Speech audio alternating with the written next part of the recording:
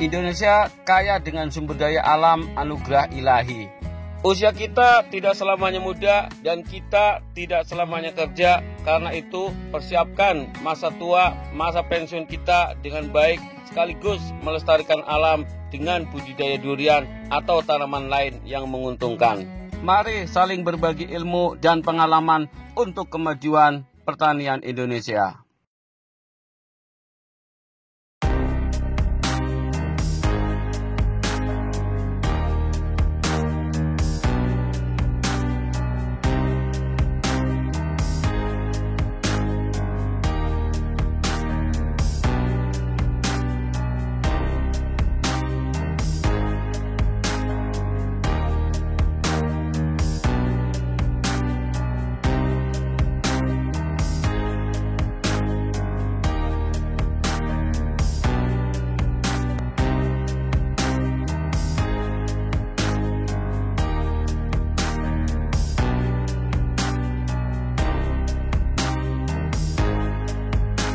Assalamualaikum warahmatullahi wabarakatuh. Jumpa lagi di channel Durian Mas Tegal.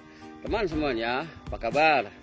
Semoga teman semuanya senantiasa dalam keadaan sehat walafiat, dimudahkan dalam segala urusannya, dimudahkan dalam rezekinya. Amin amin ya robbal alamin.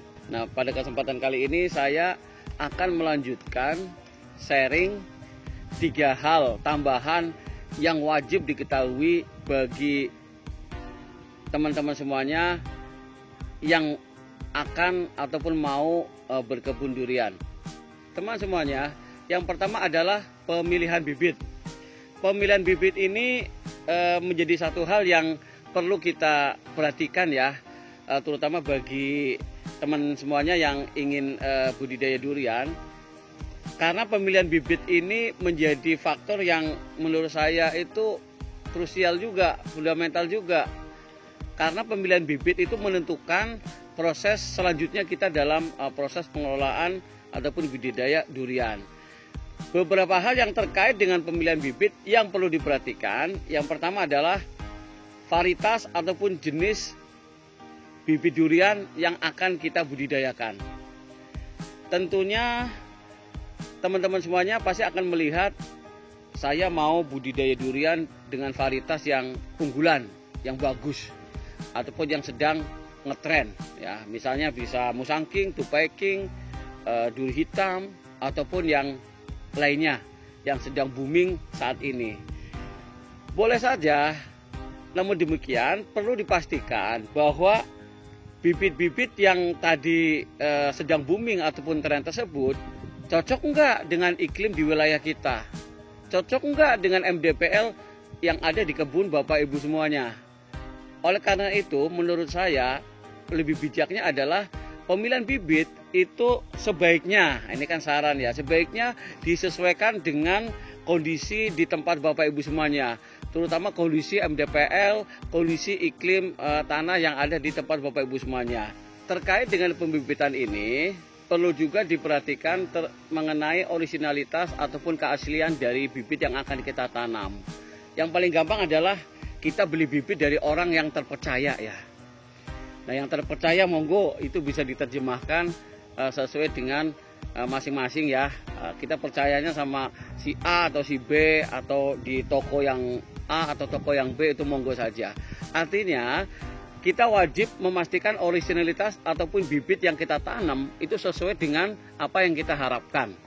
Jangan sampai kita mau tanam varietas A yang ternyata di lapangan atau kenyataannya yang kita tanam adalah varietas B, dan itu tahunnya ketika sudah berbuah. Itu namanya zonk ya teman-teman semuanya. Jangan sampai kita mengalami hal seperti itu. Karena itu untuk originalitas bibit ataupun keaslian bibit, kita wajib menetapkan bahwa bibit yang kita beli itu dari sumber yang dapat dipercaya. 3 tambahan yang kedua adalah treatment ataupun perawatan durian. Banyak yang bisa nanam tapi tidak bisa merawat, karena perawatan durian ini membutuhkan finansial dan membutuhkan effort yang luar biasa. Durian ini merupakan salah satu tanaman yang menurut saya pribadi ya sulit untuk dibudidayakan, membutuhkan perhatian yang lebih ekstra dari kita agar durian yang kita tanam itu bisa berhasil dengan baik. Nah, terkait dengan treatment ini ada beberapa hal yang perlu diperhatikan. Yang pertama adalah treatment terkait dengan serangan hama. Nah, ngomongin tentang serangan hama durian ini, saya yakin bagi para pekebun durian juga pastinya memahami bahwa durian ini hamanya banyak. Atau mungkin hanya saya aja yang bilang hamanya banyak. Tapi faktanya berdasarkan dari hasil pengalaman kami selama beberapa tahun ini budidaya durian ya teman semuanya, hama durian itu banyak sekali.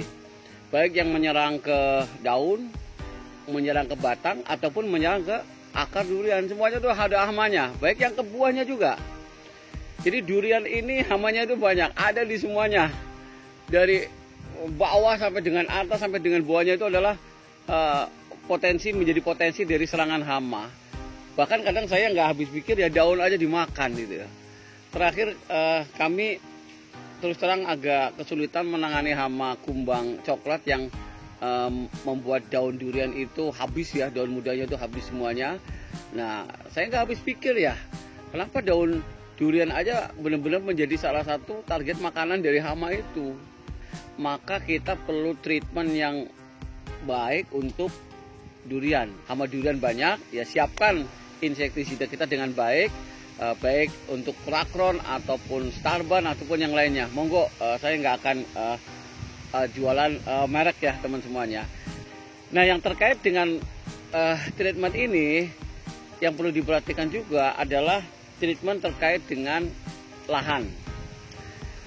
Jadi teman semuanya, terkadang lahan yang ada di kita itu tidak semuanya ideal. Ada tanah yang cenderung berpasir, atau tanah yang cenderung lembek, atau tanah yang cenderung lain dan sebagainya ya teman-teman semuanya. Yang tentunya ini terkait dengan hasilnya itu tentunya bisa berbeda-beda. Karena itu lakukan perawatan dengan baik terkait dengan kondisi tanah. Ini agak related ataupun connecting dengan pemupukan tentunya. Jika tanah ataupun lahan yang kita jadikan untuk tanaman durian ini lahan yang baik, yang bagus, tersedia unsur hara makro, tersedia unsur hara mikro, ya pastinya durian itu akan bertumbuh dengan baik ya. Itu yang kedua ya teman semuanya. Yang ketiga, yang terakhir adalah kita perlu menetapkan target pasar dari hasil budidaya durian kita ya teman semuanya.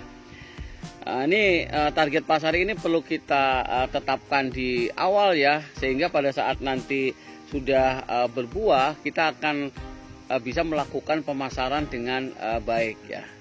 Seringkali target pemasaran ini modelnya itu macam-macam ya. Saya sudah pernah menyampaikan secara khusus konten mengenai marketing durian ya teman-teman semuanya, di mana di situ ada beberapa klasifikasi terkait dengan target pemasaran. Kita mau model pemasarannya seperti apa, kita mau target segmentednya untuk customer kita seperti apa.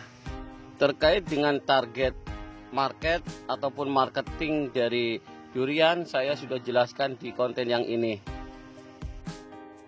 Jadi itu 3 hal yang bisa saya sampaikan sebagai tambahan bagi Bapak, Ibu, teman-teman semuanya yang akan berkebun durian. Semoga bermanfaat. Demikian sharing singkat saya. Assalamualaikum warahmatullahi wabarakatuh.